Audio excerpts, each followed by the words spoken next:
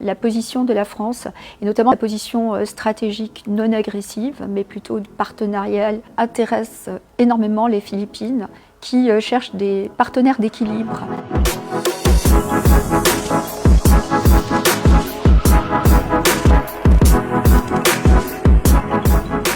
Cette conférence des ambassadeurs revêt vraiment une importance très grande pour moi, comme sans doute pour beaucoup de mes collègues cette année. Après 3 années où nous n'avons pas pu nous rencontrer en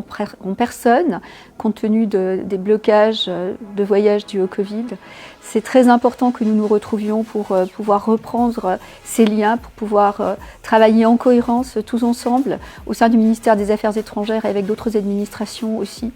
Compte tenu du contexte international particulièrement volatile et complexe, les échanges que nous allons pouvoir avoir, le discours de politique étrangère de notre président, de notre première ministre, de notre ministre, qui vont être nos guides, vont nous permettre d'inscrire notre stratégie, notre cohérence et le message très fort que la France doit porter. Les attentes à l'égard de notre pays sont importantes et notre travail collectif pendant ces quelques jours revêt pour moi une importance capitale.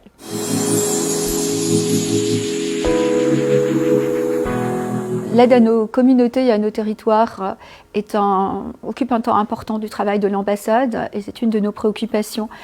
Aux Philippines, c'est un pays qui est soumis aux catastrophes naturelles et notamment, je pense au typhon Odette,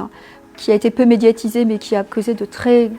grands dégâts aux Philippines. Et donc cette ambassade s'est mobilisée pour soutenir nos communautés françaises très affectées, y compris au travers d'aide humanitaire, c'est-à-dire envoi de bonbonnes d'eau, envoi de sacs de riz, envoi de batteries solaires et de chargeurs solaires et d'autres biens de première nécessité pour leur venir en aide. Autre sujet sur lequel nous travaillons avec les Français et les territoires, c'est aussi la relation avec les entreprises et les régions. Je pense à une relation avec les Pays de Loire, par exemple, sur la construction navale, avec une présence très forte de OCA aux Philippines, donc création d'emplois, vente de 5 bâtiments, par exemple, pour les gardes-côtes philippins, et projet d'implantation de l'entreprise localement, ce qui va resserrer les liens avec cette région.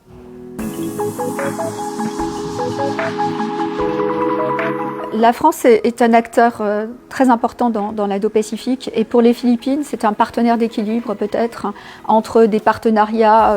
avec les États-Unis, la Chine qui sont les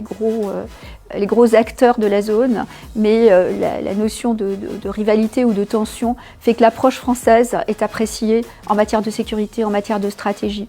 De plus en plus, notre présence en tant qu'un acteur du Pacifique, au travers de nos territoires dans le Pacifique, au travers de notre présence, y compris la présence de nos forces armées dans la région, apparaissent comme un atout et nous différencient d'autres partenaires. Donc notre relation s'est énormément renforcée sur les aspects stratégiques,